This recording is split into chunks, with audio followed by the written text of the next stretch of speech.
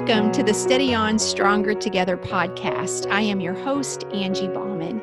Today, my guest is Marissa Mattox Heffernan, and she joins me to talk about her passion for building bridges between the church and marginalized communities.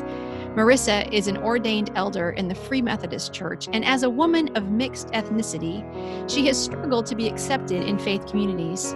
There have been times when it's been communicated to her that she does not belong, especially in church leadership, because she is not white, or because she is not Black, or because she is not male. And God has continued to call Marissa as He continues to call all of us to see ourselves the way He sees us. Marissa is a gentle powerhouse of truth for Jesus, and now she uses her experiences to help churches embrace equality. I know you will be inspired by my discussion with Marissa Mattox Heffernan. Hey, Steady On friends. Thank you so much for joining us today. And thank you for those who have kind of been watching and being patient because we had some technical difficulties getting started, but we persevered and Marissa's been so patient in waiting while we tried to get something connected. So for those of you who are on and you're watching, I would love for somebody to give me a shout out and just say, hey, we see you and we know that you're there so that I can just kind of exhale and relax that the technology is finally working for us. So I am delighted to be joined today for our Stronger Together conversation by my new friend, Marissa Mattox Heffernan. And your name is a mouthful, but I'm sure you get that a lot, right? But she's from Canastota, New York. What part of New York is that, Marissa? It's in central New York, half an hour from Syracuse. It's half an hour from Syracuse. Okay. And she is an ordained elder in the Free Methodist Church and served as an associate pastor. There's Kathy saying good morning. Thank you, Kathy, for doing that so that we can know that we're alive and working. That she is has been an associate pastor, right? And now serves in a conference appointment as a ministry director. Do I have that right? For the Justice Network in your conference. Talk to us just a little bit about what that means, if you will. Yeah. So basically I sit on the board of our national Justice Network of the Free Methodist Church. And so I am now appointed within the conference, which is like our region, that I'm appointed to build a smaller local grassroots affiliate to the Justice Network so that we can be more effective at resourcing our congregations, our pastors, giving people an in to connect on a more grassroots local level. So really, so would it be fair to say that you're taking like something that's a little bit more like global and trying to, how does this work then locally? Is that kind of a fair statement? Yeah. Mm-hmm. So it gives us access in a different way, okay. and allows people to engage on a more local level. Yeah. So, and stay connected to the issues, I think. Yeah. Yeah. So you teach in areas of assimilation, discipleship, worship, and facilitating leadership development. And you teach and preach on racial and gender equality. And one of the things I read about you on your webpage is that you position yourself as a bridge builder between the church and marginalized communities. Will you talk just a little bit about that too? What does that mean to you to be a bridge builder? Well, I think that unfortunately, the church has assimilated to a lot of the cultural norms that we carry, and so it's created. I mean, we've heard it said that Sunday morning is the most segregated time in our country. And so it's important to me to teach in ways that open doors to those who don't feel that the church has been welcoming or embracing, and try and help to create culture in churches that, one, bring awareness to, because there's so many of these things that, we hear that hot word, implicit bias. And so so much of it is just implicit. We don't know, and we need to become more aware. So I think that's, for me, as a white woman in the Midwest, in a white world, and just being very honest, one of the things that the most recent, not because it ever goes away, but it gets more media attention, racial tension in our country gets more media attention from time to time, right? And in this most recent wave of, help me with the word media attention, I'll just say that again. The one thing that I feel like the Lord has really impressed upon my heart is to learn about issues and learn how my not knowing the issues contributes to the issues. Does that make sense? Like that, this is, I feel like he's invited me, which I'm so grateful for your presence today, because you're a part of all of our education. We're all a part of each other's education. And he's invited me and encouraged me, and more than an invitation, kind of like a strong invitation, right? This is a season in which you need to educate yourself on what your role in this is. And so anyway, and I think that's part of what I feel that's what you're saying, that that's part of your job in the churches, is to help us see where we're not open. Because I think we all of us that are good church people like to say, well, anybody can come here. That's what we say, but it's not how it feels to people. Not always. No. And really, I like to try and keep a positive spin too, in that, like, how can we be better? How can we do better? How can we be warmer? How can we be more embracing? Right. Yeah. Marissa is also a contributor to the online ministry Together Live, which is how I found her. It's funny. Laura Hunt, for those of you who have been watching interviews, was on several weeks ago.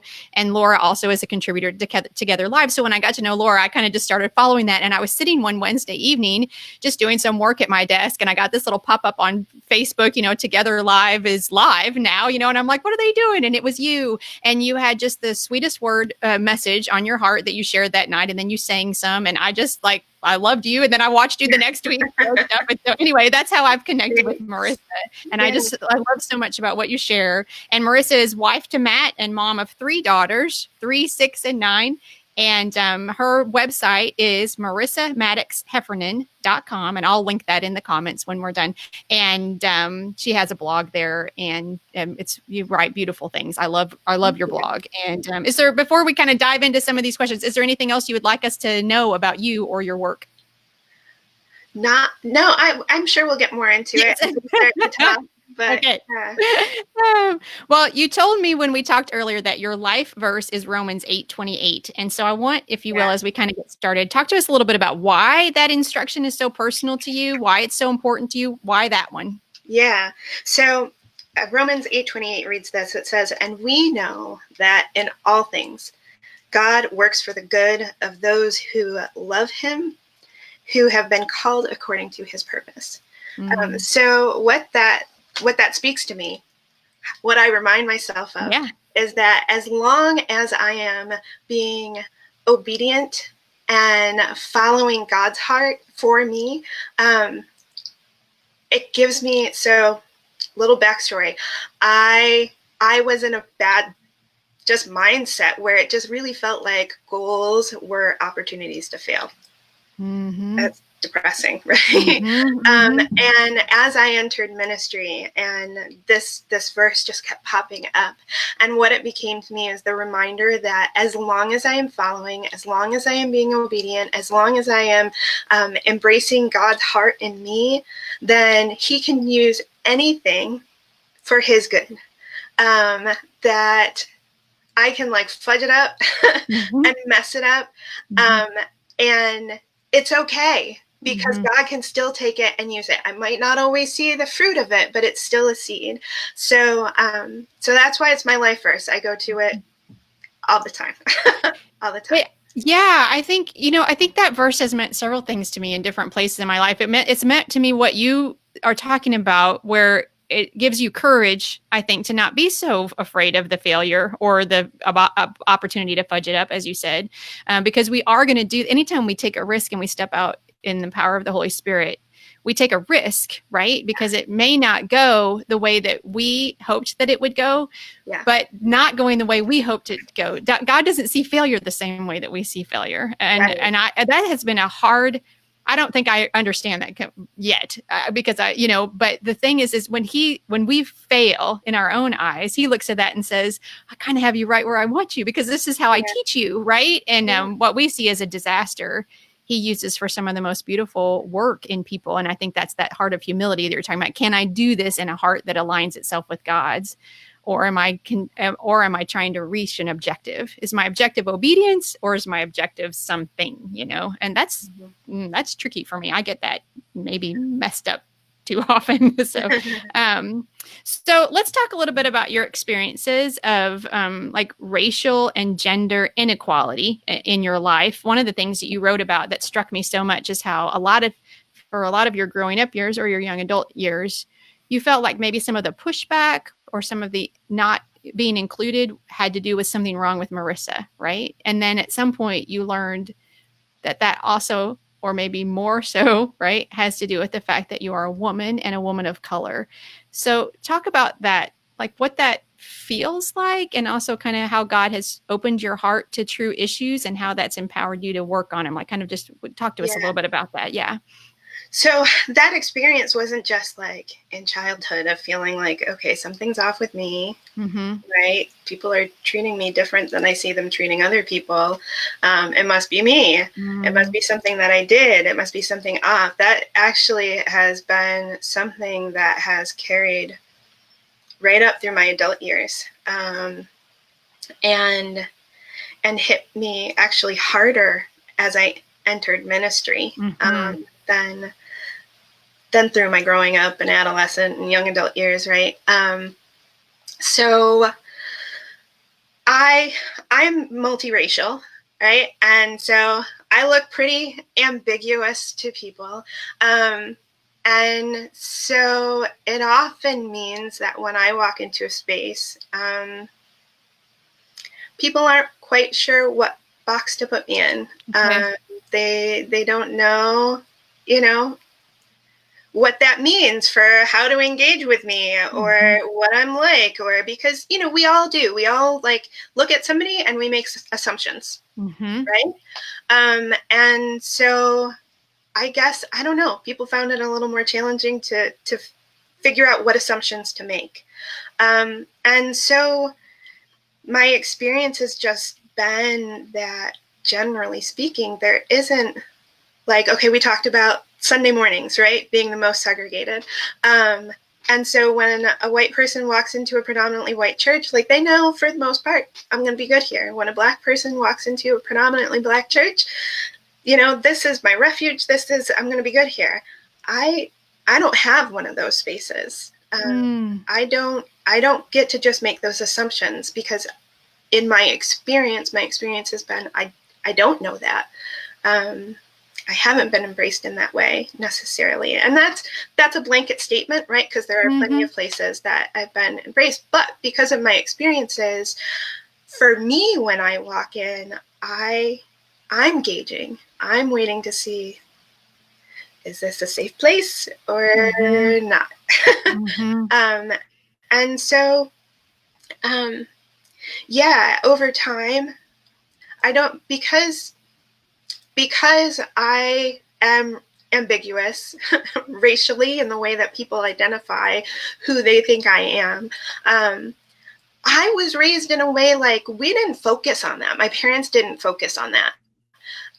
We were raised to really focus on like when people ask you, what are you, who are you? Marissa, right? That's it. We didn't really focus in on that. And second to that is I'm a child of the 80s, right? I'm 42. I'll just put that out there. I'm 45, so I'll just put it out there with you. Yeah. And so we were in that generation that was really taught like, okay, the thing to do is to be colorblind, right? We don't see it.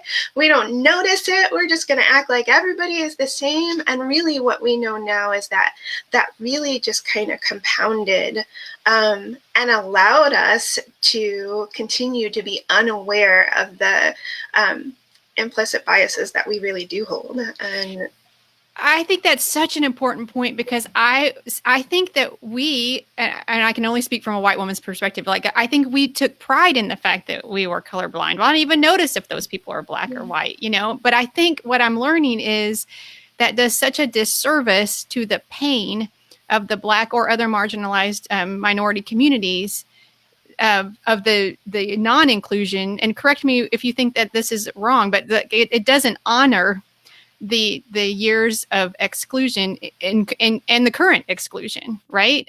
Because I don't think we actually are colorblind. I think, what do I think? I don't think we are colorblind. I think we just try to ignore our feelings that maybe come in when we're trying to put someone in a box, as you say. I don't know. What do you think about that? Feel free to add to it or tell me I'm wrong. That's fine too. No. I think going along with that, though, is that when we fail to acknowledge difference, we can't appreciate it. Right? Oh, that's powerful. Say that again. When we fail to acknowledge difference, we can't appreciate it. Yes, that's beautiful. Yeah, go ahead. Yeah. When the scriptures talk about the different body parts that we are, and it all brings something, if we miss the racial, not miss, but if we decide not to acknowledge the racial differences, then we are missing so much of what the differences in our backgrounds and cultures can bring in the community. And that's kingdom. That's what it means to be the kingdom. Yeah.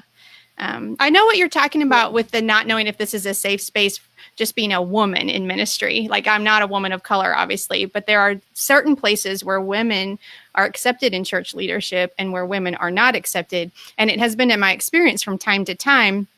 One, sometimes I'm invited into a space that most of the time women don't get to speak or preach, which is always kind of interesting. But other times you're invited in, I want you to speak on this too, if you will, you're invited into a space where you're like supposed to be able to, serve in that role, but then still the culture of the individual faith community isn't really on board with that. Talk a little bit about, like, just as a woman and a woman of color in church leadership. Yeah. Yeah. Yeah, it can be a little bit what's the word that I'm looking for? It can be a bit unsettling.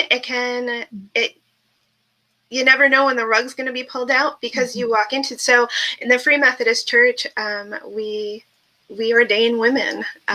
We believe in an egalitarian theology, and yet, that's not always the experience. That's not always the experience. And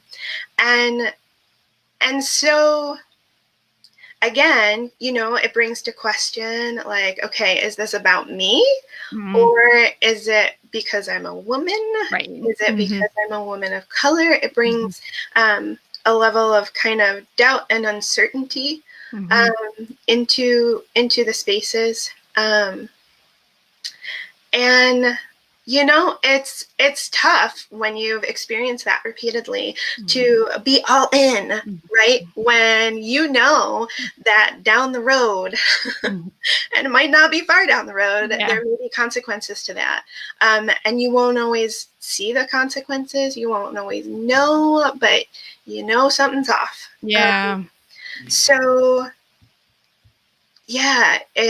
Again, it's another space where we need to be aware of, like, okay, I say this, say I believe this, but do I do like I believe it? I was in a Bible study years ago. I was pretty early in pastoral ministry, and I was in a Bible study. I wasn't the facilitator. I was just a student in the Bible study. And one of the topic turned to women preaching, and it got a little bit heated. And I didn't even know the waters were dangerous, right? Like, I didn't even know, because I was like naive to that a little bit. And because I'd been a part of that group a long time, they knew who I was, And at one point, a woman looked at me and said, you're going to hell for preaching.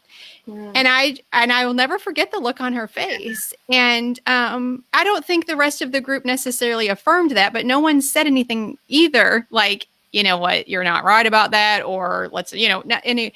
And it took me a long time. I bet it was probably 10 or 12 years before I realized, especially not necessarily like in the church that I served week after week, but in a new space, how every time I stepped up to begin, I looked for her face, because I'm like, someone out there has that, like mean opinion. And so I think about that, not just women, but with race and other things within the church. How our words and our behavior and the things that we think we know can be so influential in someone else's faith experience and can take a Yeah. very, very long time to heal and overcome. I was confident in my calling, and I have become more confident in my calling through the years, but I'll never forget her face. Yeah. You know, I'll never forget that. Well, and I had to become aware of my thoughts on it when I felt that call into ministry. It was like, oh no, I don't even know if I really think that that's okay. I'm not sure. And, you know, as I was wrestling through and trying to educate myself, you know, there were multiple voices who came at me. I mean, my mom and I joke about it now, but like, and she didn't know that I was wrestling with the call, but she was just like, we were having a conversation. It was after church one day, and she was just like, you know, I don't know what I think about how I feel about women preaching. And I was just like, you know, and then I the day to tell her, right? Yeah. And then I, you know, remember showing up for a worship leader conference, and you know, somebody was just like, well, it's clear, it's right there in the Bible, and if you can't see it, then you need to really reevaluate yourself. And it was just like, and that person didn't even know me. Like, I had no idea. So yeah, I mean, it gives us the opportunity to be aware of like, what do I really think? And I think when we have those glimmers that like of discomfort, we need to investigate that. We need to press in and educate ourselves so that when we make a decision, it's an informed one. I think, and I, you know, for me anyway, I have decided I'm not trying to convince anybody. Like I don't, you know, when recently when Beth Moore was attacked about being a woman that preaches, I thought she had one of the most, I've just adopted it kind of like as a mantra in my life. She had one of the most gracious replies, or she said, maybe you know this, I don't know if you followed that, but she said, you get to decide if I serve you. You do not get to decide if I serve him, you know, and ultimately that's what I feel like that's the right answer for me also, in anything we do. Like, you know, really, it's like, it's okay. If you don't, if your heart doesn't want to receive what I offer, that is okay. I don't need to convince you otherwise. But this is what he's asked me to do. And I have to do that before I listen to the opinions of someone that's mad at me and says, you're going to hell for doing this, right? Yeah. So, and part of what I've learned in this is as I've matured in my relationship and deepened my relationship with God, I have pressed into a place where saying no to whatever he's asking, whatever God is asking, is so much more uncomfortable than whatever it is that I'm being asked to do. Yes. And so I've encouraged others, just get in the habit of saying yes to those little God nudges. When you feel and say, hey, I want you to take this step, you know, take the step. And eventually you find yourself in a place where, the no, or even not yet, becomes so much more uncomfortable than just like, all right, here I go. Because I think as our trust in him increases, our belief that if he's calling us to something, he has something good for us and something to teach us, right? It just grows. And so I hear that from him now, and I want to go with him because I have this long life of experience with him where he's been faithful, because he's been Romans 8:28 to me so often. And so of course I'm like I'm not trying to paint a perfect picture because goodness, when it gets messy, I don't like it. It's uncomfortable. And but when I hear him, I trust him. And he deserves he's worthy of, I don't have the right words, of my devotion to him. And part of that is my actions and my words. So I want you to just talk real quick, if you will, about what the book White Fragility. I have not read that book, but when we talked before, you talked about how influential, how important that book's been to you. And will you just talk to us just a little bit about it, and why? And I'll just let you do it. Yeah. Hopefully it'll work. So that book was another one of those like game changer moments, right? I had been mentoring with a phenomenal pastor, and white male, because the denomination I'm in is predominantly white male. And he had read the book, and he said, Marissa, you need to read this book because you need to know what you're up against. And I was just like, ooh. Okay. Those are hard. You need to know what you're up against. Yeah. Yeah. And so as I read it,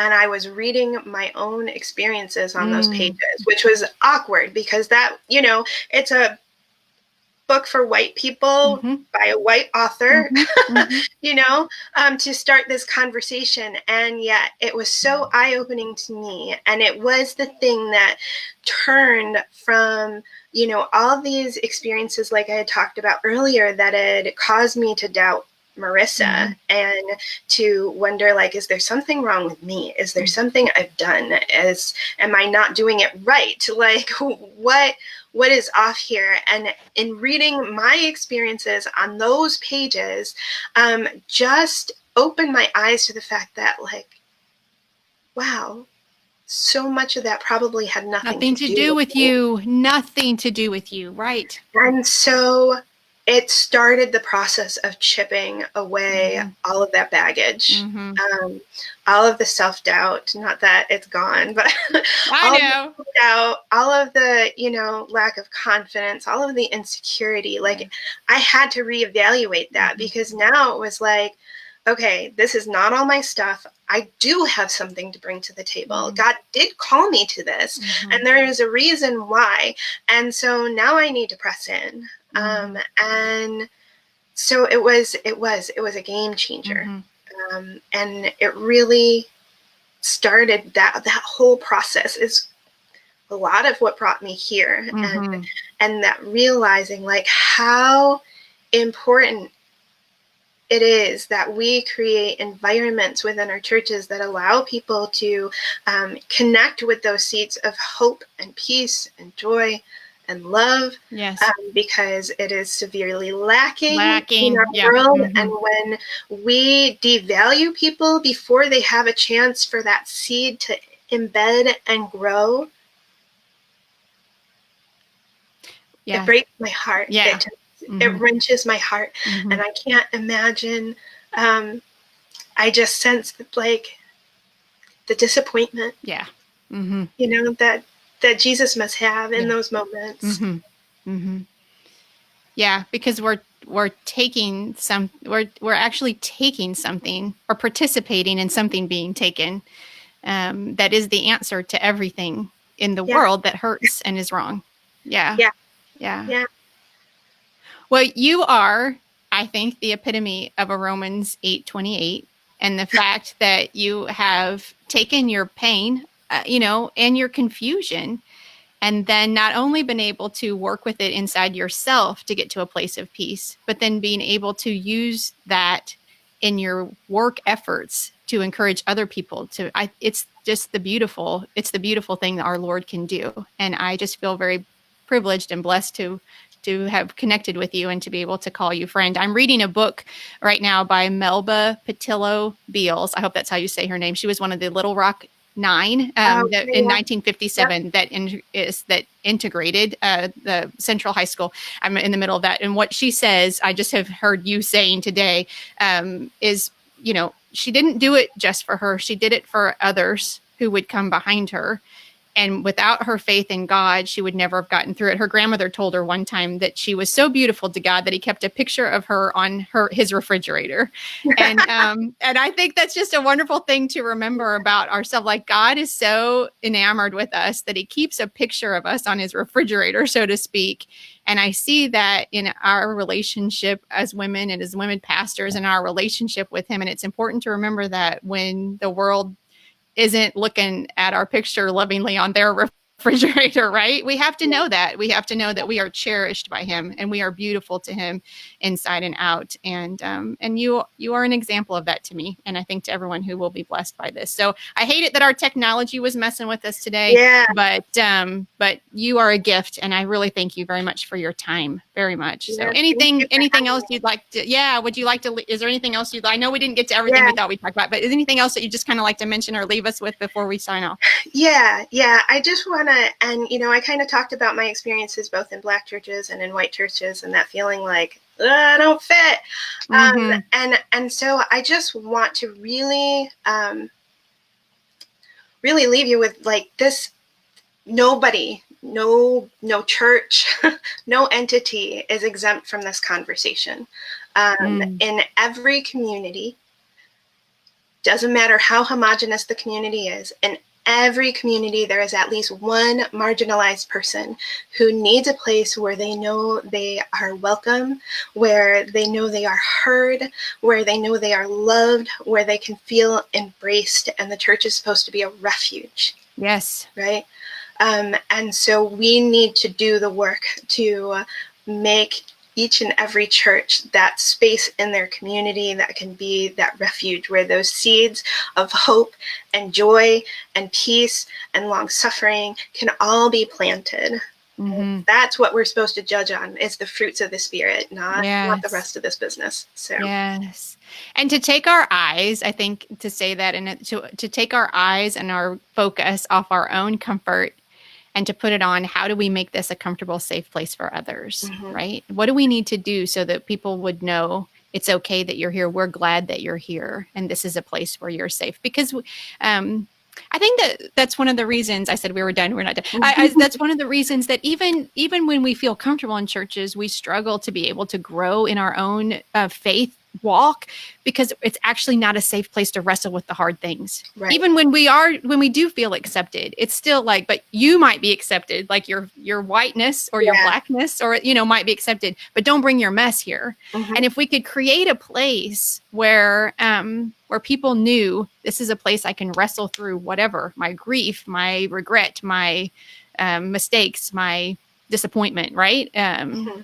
Then how much stronger we would all be as people of faith in the world in which we live.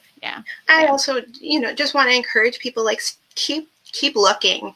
Keep pressing in, keep trying to find those places, because ultimately, I did find those places where, it might not have been the whole place, but I found those bubbles where I was embraced, where I could lean in, where I did find healing, and so don't let a few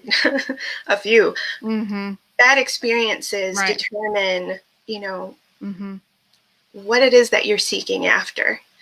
Keep pressing in, keep working towards it, and be part of the process of change. Be willing to step in and be bridges.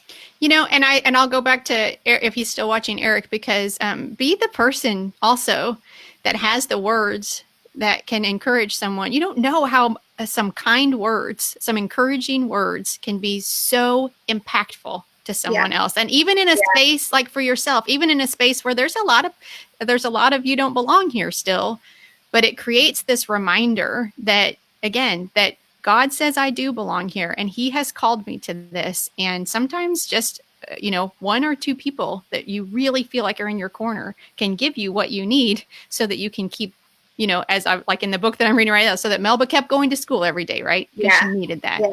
Yeah. So, well, this has been a wonderful time. Again, thank you. I think I probably will bug you about coming back, because I'd like to continue this discussion and hit on a few things that we know. So I said I might leave you alone for a while, but I might not. So, but I'm so grateful for your time today. Okay, good. Thank you. I'm so grateful for your time today. And thank you everyone who was watching and commenting. It's been a wonderful discussion, and we'll be back soon. So see you later. Peace. You. Bye, Marissa. Marissa's favorite verse is Romans 8:28, and I'm going to read it again for you. It says, "And we know that God causes everything to work together for the good of those who love God and are called according to his purpose for them." That's the New Living Translation. One of the most impactful things to me that Marissa said, and I made her repeat it, she said, when we fail to acknowledge difference, we can't appreciate it. Friend, let's be people who acknowledge and appreciate each other. Thank you so much for listening. I pray that wherever your day takes you, you are walking in the confident knowledge that you are a beloved, cherished child of God. Peace.